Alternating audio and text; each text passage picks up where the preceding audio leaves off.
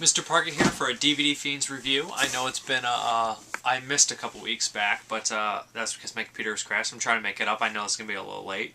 But I watched a movie called Punch. This is the unrated director's cut. Well, just this unrated. I don't know if it's director's cut, but pretty messed up little movie here. Supposedly, not supposedly, but it's based off a graphic novel. I believe the guy who did the graphic novel did the whole movie, Jay Cynic. And I don't even want to really get into the plot of this.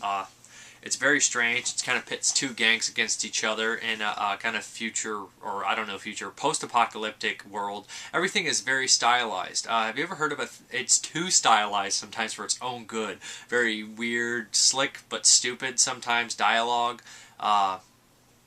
Very, very bizarre characters, and I think that you might be a victim if you actually haven't read the graphic novel, which is what happened to me, because I found myself a bit confused. I think I grasped the main idea of the story, but it's a very confusing and different one, especially with all these wild characters, and you kind of have to get used to the idea that these people do not act or aren't normal people. They're larger-in-life characters. They're comic book characters. Some of the acting's good, some's bad. I can't call it bad because they're so crazy of characters anyways, so it's not necessarily bad acting. It's over-the-top acting.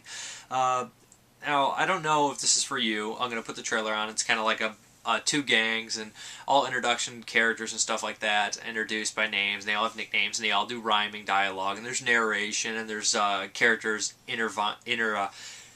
intervening and everything to try to have all this giant outcome, and it's very strange. And there's a backstory that's not really divulged to you until kind of the middle or the end, and it all comes together, sort of.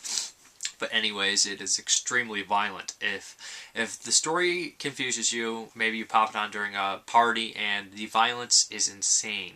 The gore is there as well, and the depravity is definitely there. I'm just going to say that there are some necrophilic scenes, which are pretty crazy, and there's actually a dead baby scene, which is pretty rough. The splatter is over the top. It's definitely a splatter fest. I would recommend this viewing to people that like splatter films and crazy, weird stuff. I mean, I followed Mutilation Man fairly decently and well and understood it, and that's kind of a strange movie in itself. This one had me a little confused at the same time. It's kind of like, you know, I definitely need to require another viewing. I understood the gist of it. It was just a little strange and kind of a bigger story than I expected in something like this. This is Punch. Very, very weird. Very gory. Splatter fest. I'll show you the trailer. I'll put it on a link to it. You guys can click on it. I would recommend this movie for splatter hounds for sure, gore hounds for sure, and it also has some action elements, and it has a kind of a weird a very big stylized thing going on.